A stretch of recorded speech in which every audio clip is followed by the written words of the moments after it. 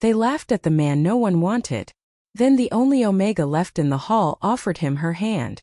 The grand mating ritual at Silverpine was supposed to be a night of celebration, but for Sienna Caldwell, it felt more like a public reminder of everything the pack believed she lacked. At 27, she stood near the end of the Omega line in a simple dark blue dress, watching one pair after another leave the center of the Grand Pack Hall beneath cheers and ringing bells. Sienna had received offers before. She had simply refused every alpha who treated a mate like a prize instead of a partner. That choice had earned her a reputation. Difficult. Proud. Too independent for an Omega.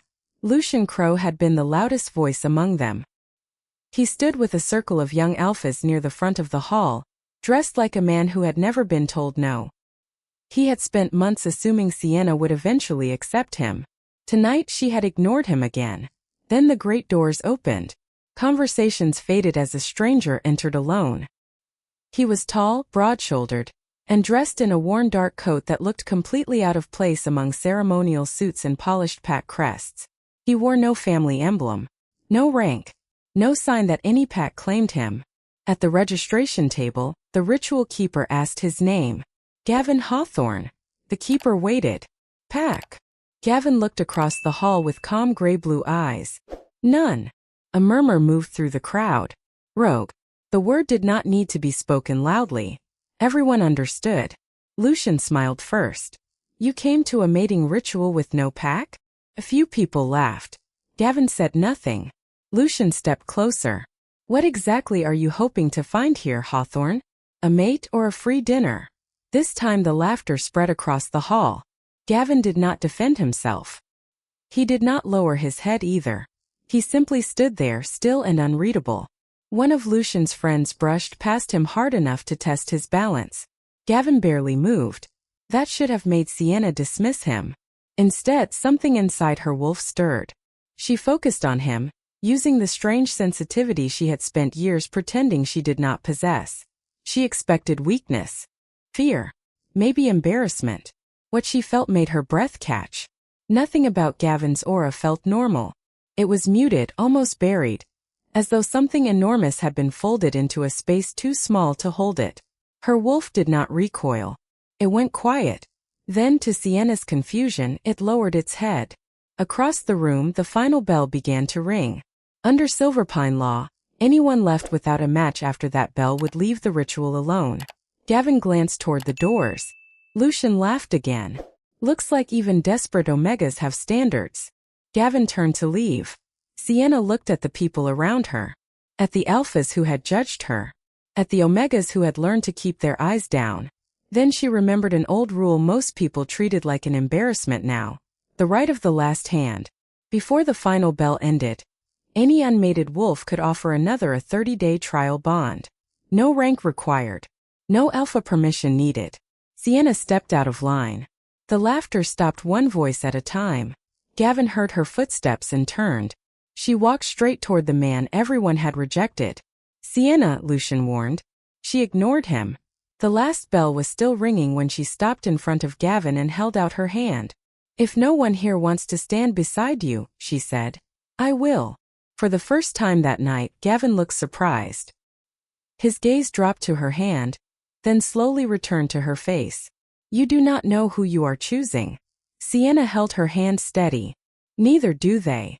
Silence swallowed the hall. Then Gavin reached for her. The instant their hands touched, Sienna felt a pulse race through her wolf, deep and powerful enough to steal her breath. Gavin felt it too. His eyes flashed gold for less than a heartbeat. Almost no one noticed. But at the far end of the hall, an elderly man with a Royal Guard oath scar on his arm went pale. Elias Mercer stared at Gavin as if he had just seen a ghost. The glass slipped from his fingers and shattered against the floor. By the next morning, everyone in Silverpine knew what Sienna had done. The ritual keeper had tied a simple trial bond cord around her wrist and Gavin's before they left the Grand Pack Hall, marking the beginning of 30 days under the old law. It should have been nothing more than a temporary arrangement. Instead, it became the favorite subject of the entire pack. Sienna heard the whispers before breakfast. Some called her desperate. Others said she had embarrassed herself by choosing a rogue with no name, no land and no rank. Lucian Crow made sure the story spread faster. He found them outside the trial cottage assigned to unmatched pairs on the eastern edge of Silverpine. The house was small, with a leaking corner of the roof, a crooked porch step, and enough space for two people who were clearly expected not to stay long. Lucian looked at Gavin, then at Sienna. "You still have time to end this before people start thinking you meant it." Sienna crossed her arms. "I did mean it." Lucian gave a short laugh. "You chose a stranger because you wanted to prove a point." Gavin was carrying a bundle of firewood toward the porch. He did not stop. Lucian stepped into his path. "Do you ever speak for yourself?" Gavin looked at him calmly. "When there is something worth saying." The answer wiped the smile from Lucian's face. He reached out and caught Gavin by the wrist, more insult than threat. Gavin's expression did not change. For one brief second, his hand turned beneath Lucian's grip. Lucian froze. His shoulders tightened. His face lost color. Then Gavin released him and picked up the firewood as if nothing had happened. Sienna noticed everything. Lucian did too. He stepped back without another word. By the third day, Gavin had repaired the porch step, patched the roof, and somehow made the small cottage feel less temporary. He cooked badly but confidently. Sienna discovered that he drank his coffee black, woke before sunrise, and checked every door and window before sleeping. She also noticed that he never talked about where he had lived before Silverpine. Whenever she asked, he answered just enough to end the question. That bothered her more than she wanted to admit. Still, there were moments when he surprised her. When an elderly neighbor struggled with a heavy crate, Gavin carried it inside without being asked. When Sienna returned late from the healing lodge, he had left dinner covered near the stove so it would still be warm. He never mentioned either kindness afterward. On the fifth afternoon, shouting rose from the lane behind the cottages. 3 large wolfhounds used for pack training had slipped their handlers and were racing through the residential path. Several children near the fence panicked and ran in different directions. Sienna moved toward them, but Gavin stepped past her. He did not shift. He did not raise his voice. He simply planted his feet in the road and looked at the approaching animals. "Down," he said. The command was quiet. The response was immediate. All 3 wolfhounds stopped, lowered themselves to the ground, and stayed there. Their handlers arrived seconds later, staring at Gavin in disbelief. Sienna did not speak until everyone had gone. Then she turned to him slowly. "You are going to tell me how you did that?" Gavin met her eyes. For the first time, something almost uneasy crossed his face. "Not today." Sienna glanced at the cord still tied around his wrist. "Then I suppose I have 25 days left to figure it out." Gavin looked away, but not before she saw the faintest trace of gold flicker deep in his eyes again. This time, she knew she had not imagined it. By the 6th day, Sienna had stopped believing Gavin Hawthorne was an ordinary rogue. She still did not know what he was, but every new answer created 2 more questions. He knew which herbs at the healing lodge could calm a wolf after a bad shift. He recognized old territorial markings that most younger pack members ignored. Once, while helping Sienna carry supplies, he corrected the route she was taking through the east corridor of the Grand Pack Hall, and pointed toward a narrow service passage, hidden behind a carved wooden panel. Sienna stopped. "How do you know that is there?" Gavin looked at the panel, then at her. "Old buildings repeat themselves." It was not an answer. She let him know that with one raised eyebrow. He almost smiled. Almost. Their days settled into an easy rhythm. Sienna worked at the healing lodge. Gavin repaired the cottage, helped neighbors, and disappeared for short walks. Near the edge of Silverpine, a night they ate together. He still burned toast. She still pretended not to notice when he quietly gave her the better portion of dinner. On the 9th evening, rain hammered the roof while Sienna returned home with a fever. Gavin took one look at her and sent her straight to bed. He brought water, kept the fire low, and stayed awake in the chair beside the window until morning. When Sienna woke, she found him asleep with his arms folded, his head against the wall, and the trial bond cord still tied around his wrist. For the first time, suspicion did not feel like the strongest thing between them. Trust was beginning to compete with it. That made the secrets more dangerous. 2 days later, Gavin was slicing vegetables at the cottage when Elias Mercer stopped at the open door. Elias had served Silverpine for years and walked with a slight limp from an old injury. Sienna knew him as a quiet man who rarely visited anyone without a reason. His gaze dropped to Gavin's hands. Gavin had turned the knife before setting it down, using a precise movement that looked almost ceremonial. Elias went still. His face changed. Not fear. Recognition. Gavin looked up. For one long second, neither man spoke. Then Elias lowered his head farther than any elder should lower it to a rogue. "I dropped something," he said quickly, though there was nothing on the floor. Sienna watched him straighten. Gavin's expression remained calm, but his jaw had tightened. Later that afternoon, Elias found Gavin alone near the woodpile. "You should not have come here," he whispered. Gavin kept his voice low. "I came because the final names will be here." Elias glanced toward the road. "Then Rowan needs to know." Gavin nodded once. "Tell him to stay outside Silverpine. No movement until my signal." Elias left before sunset. That night he sent a coded message through an old royal courier route. "The final gathering is approaching. Remain outside Silverpine until signal." Sienna knew none of that. She only knew Elias had looked at Gavin like a man seeing someone he had once sworn to follow. Miles away, another person was asking about the same stranger. High Elder Malcolm. Voss arrived at Silverpine before noon the next day for the coming council session. He reviewed the mating ritual records without expression until his finger stopped on one line. Gavin Hawthorne. Rogue. Trial bond partner. Sienna Caldwell. Malcolm read the name twice. Then he closed the ledger and looked at the attendant beside him. "Find out where he is staying." By the 13th day of the trial bond, Sienna had learned two things about Gavin. He hated being watched and someone had started watching him. She noticed the same unfamiliar man near the healing lodge twice that morning, then again beside the road leading toward the trial cottages. Gavin noticed him too.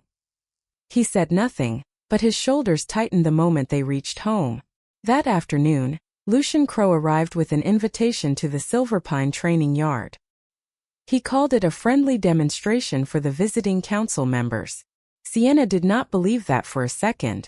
Neither did Gavin. Still he went.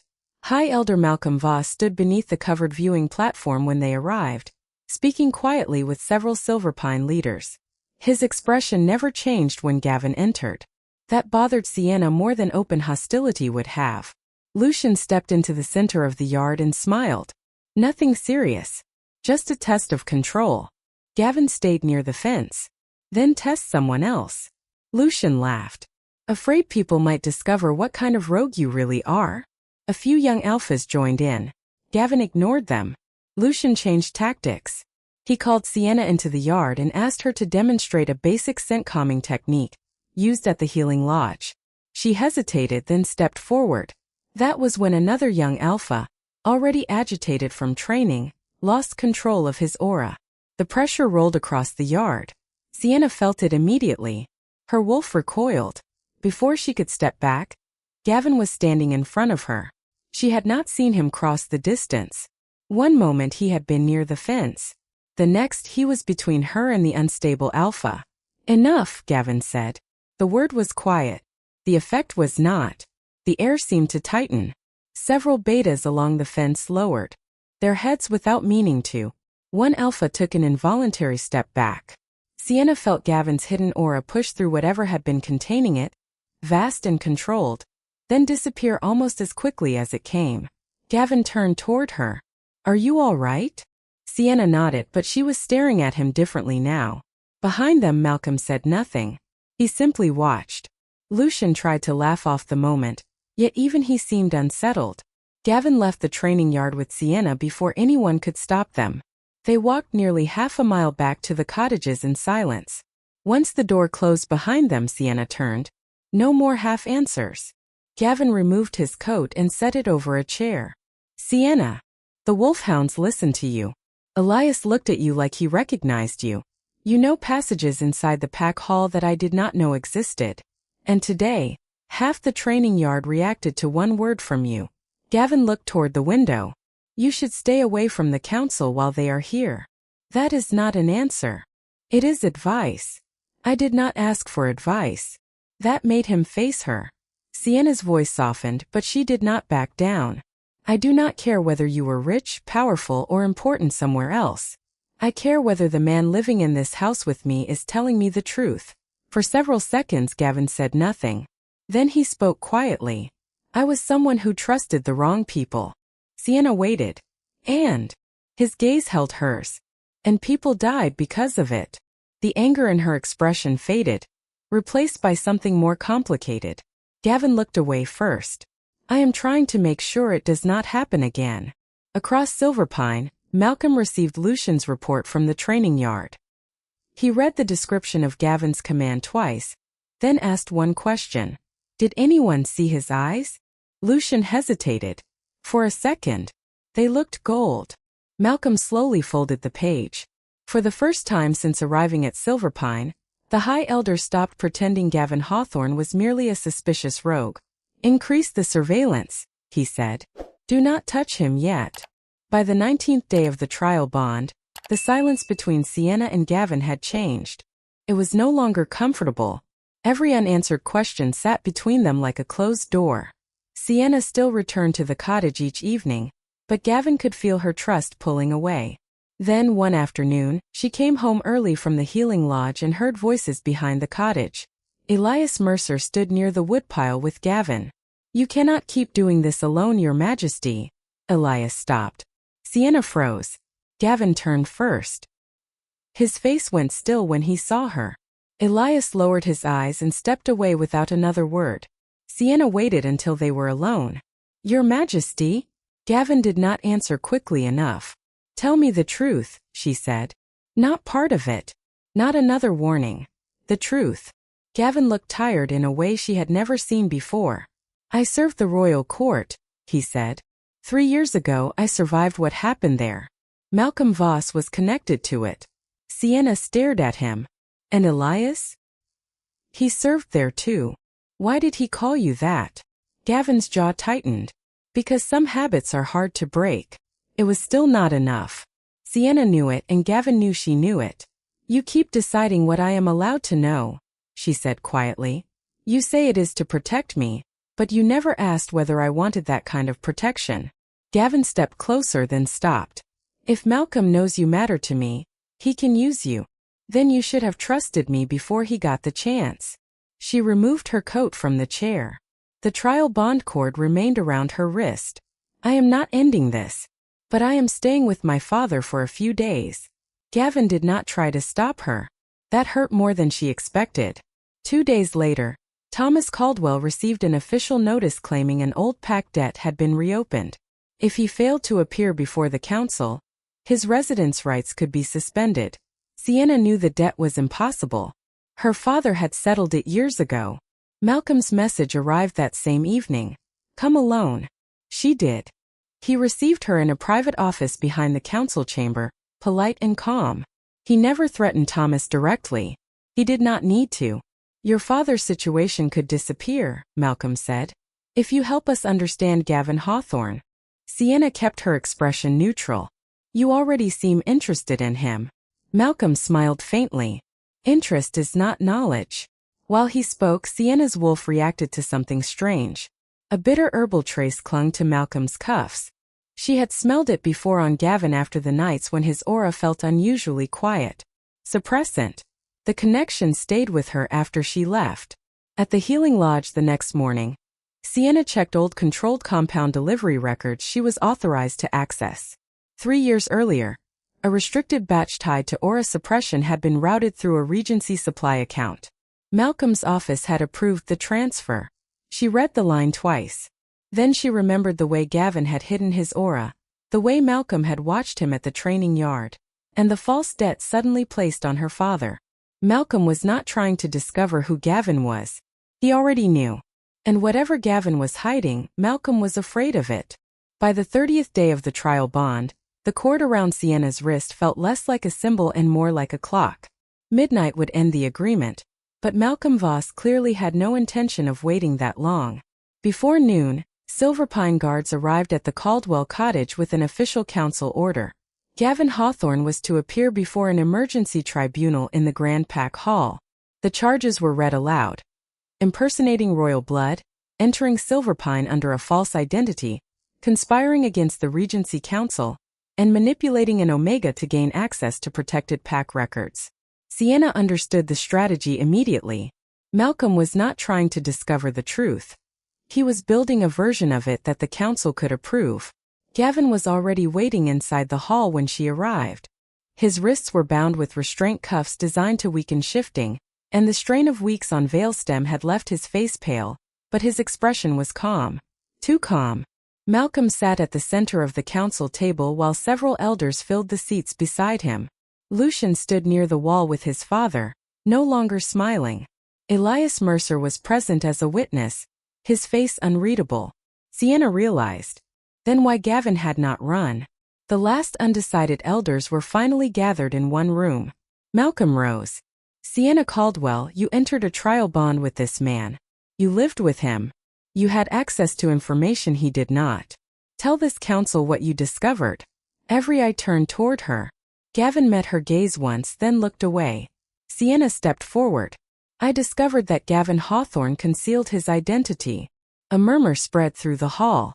Malcolm's mouth curved slightly. Gavin did not move. I also discovered, Sienna continued, that someone else has been hiding far more. The smile disappeared. She placed copies of Healing Lodge records on the council table. The documents showed that 3 years earlier, a restricted aura-suppressing compound had been routed through a Regency supply account authorized by Malcolm's office. Then Elias produced the sealed incident report he had kept since the night of the royal attack. It recorded the same supply chain alongside traces of Kingbane found after the assassination attempt. The records did not prove every crime by themselves, but together they proved one thing Malcolm had denied for years. The attack on the royal household had been connected to resources controlled by the Regency. Malcolm leaned back. Old records. A frightened Omega. A disgraced former guard. Is this your evidence? Not all of it, Sienna said. Gavin finally looked at her. For the first time since she had left the cottage, something changed in his face. Not surprise. Trust. Malcolm signaled to the clerk.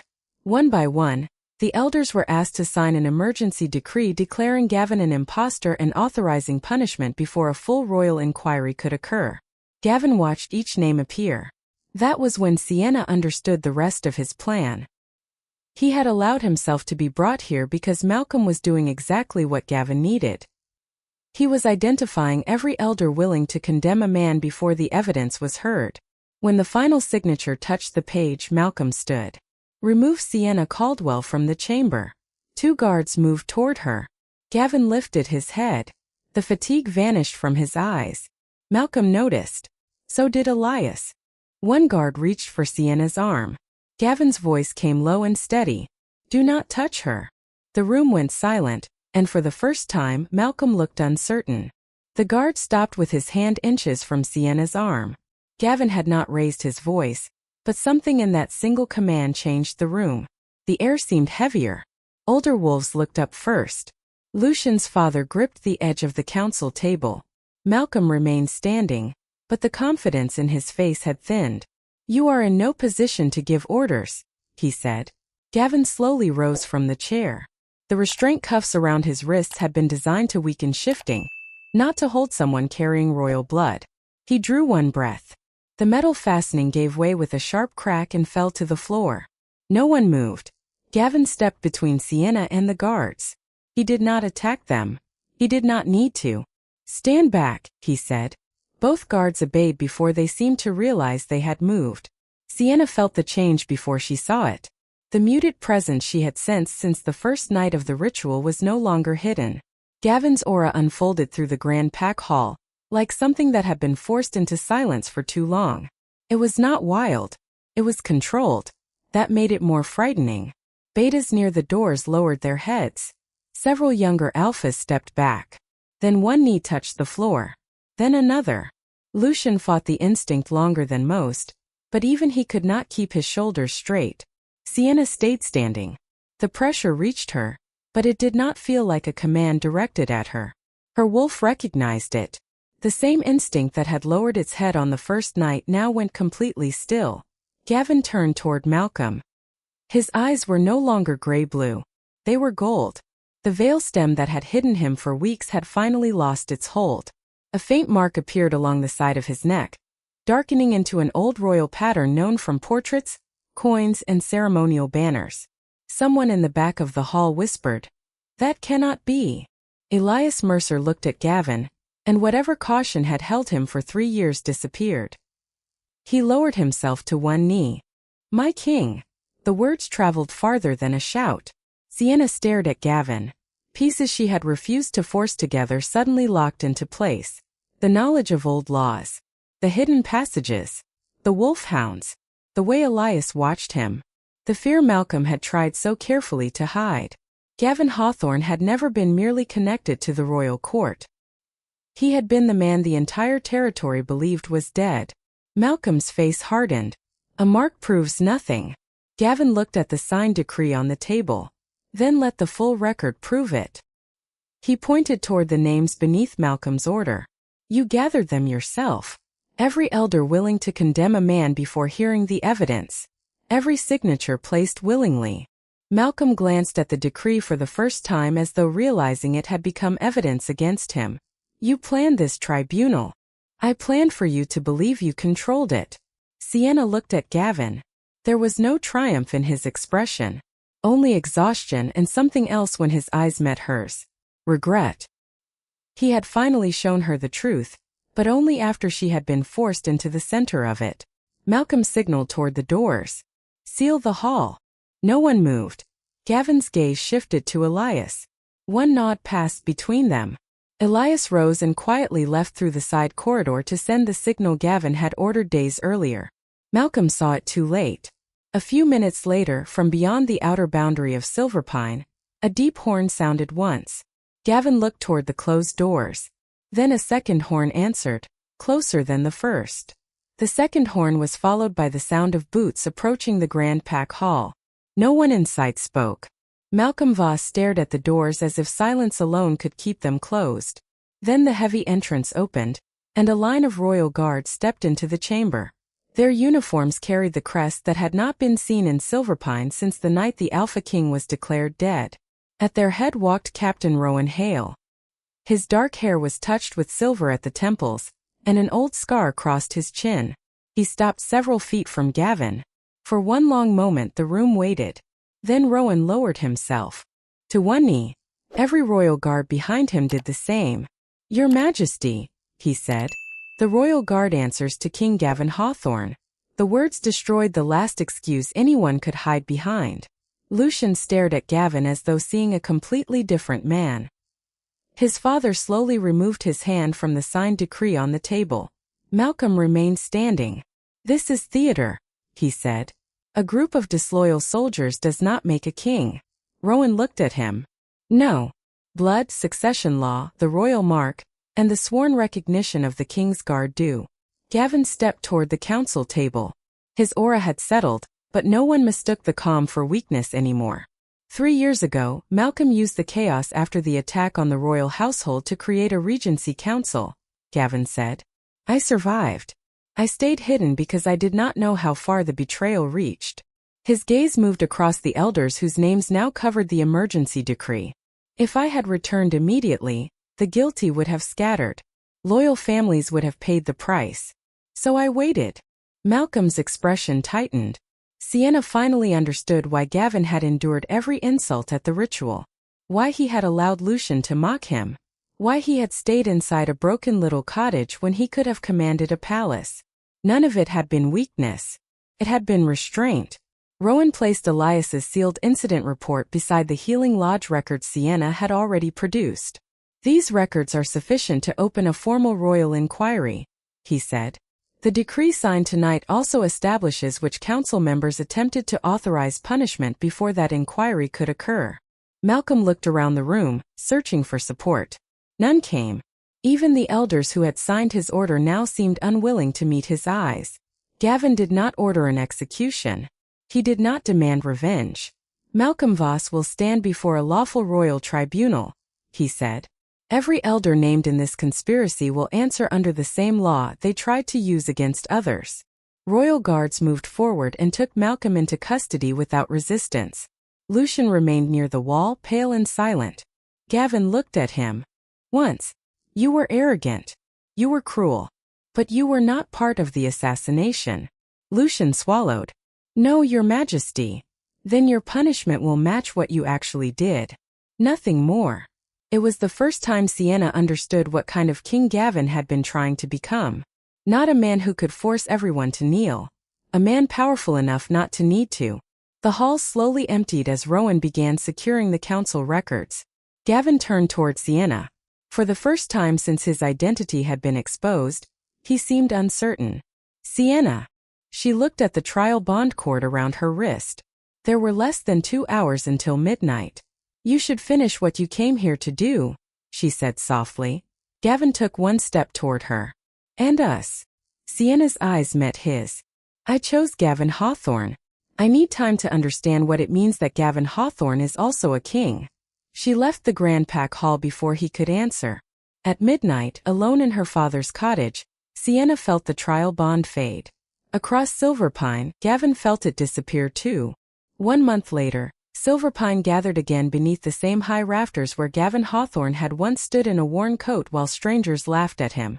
This time no one laughed. The royal banners had returned to the Grand Pack Hall, the Regency Council had been dissolved, and Malcolm Voss was awaiting a formal royal tribunal alongside the elders whose signatures appeared on the unlawful decree. Elias Mercer had been restored to honorable service, while Captain Rowan Hale remained beside Gavin as the royal inquiry continued. Thomas Caldwell was home again, his false debt erased from the records. Lucian Crowe had lost the privileges his family once used to pressure weaker pack members, though Gavin had refused to punish him for crimes he had not committed. Silverpine was changing, but Gavin knew there was one thing he could not fix with the decree. Sienna had kept her distance since the trial bond ended. She had needed time, and for once, Gavin had not tried to decide what was best for her. He gave it to her. When the restored mating ritual began, Sienna stood near the back of the hall in the same dark blue dress she had worn 1 month earlier. She had expected Gavin to be seated above everyone on the royal platform. Instead, when the doors opened, he walked into the hall alone. His dark coat had been replaced by formal royal clothing, and the mark along his neck was no longer hidden. Every alpha, beta, and omega in the room lowered their head. Gavin barely noticed. His eyes had already found Sienna. He walked past the council seats, past the royal guard, past families who would have competed for his attention if they had known who he was a month earlier. Then he stopped in front of the one woman who had chosen him when she believed he had nothing. Sienna looked at him quietly. You have an entire kingdom waiting for you. Gavin gave the faint smile she remembered from the trial cottage. It has waited 3 years. It can wait another minute. A few nervous laughs moved through the hall, but Sienna did not look away. Gavin lowered himself to one knee. A surprised murmur swept through the crowd. The Alpha King was kneeling before an Omega. He held out his hand. 30 days ago, you stood here and gave me something I had forgotten how to give anyone else. Sienna glanced at his hand. Trust. A choice. His voice softened. Everyone in this room had already decided what I was worth. You did not. You let me choose whether to take your hand. Gavin paused. I should have given you the same freedom with the truth. I thought keeping you outside my danger would protect you. Instead, I made the same mistake this world has made with Omegas for generations. I decided for you. Sienna's eyes filled with emotion, but her voice remained steady. And if I take your hand now, am I choosing Gavin Hawthorne or the Alpha King? Gavin smiled. The man who repaired your roof, ruined breakfast more than once, and still owes your father a new porch rail. Sienna laughed. The sound broke the tension in the hall. Then she placed her hand in his. The response inside them was immediate. The faint resonance Sienna had felt on the first night returned, stronger and clearer, but it carried no command and no force. Gavin felt it too. This time, neither of them stepped away. They chose the bond. Freely. The true mate bond settled between them not as a chain, but as a promise. In the months that followed, Sienna did not become important simply because she stood beside a king. Gavin appointed her to lead the newly formed Royal Bond Council because she understood what the old system had forgotten. Choice mattered. New rules protected every wolf's right to accept or refuse a match, regardless of rank.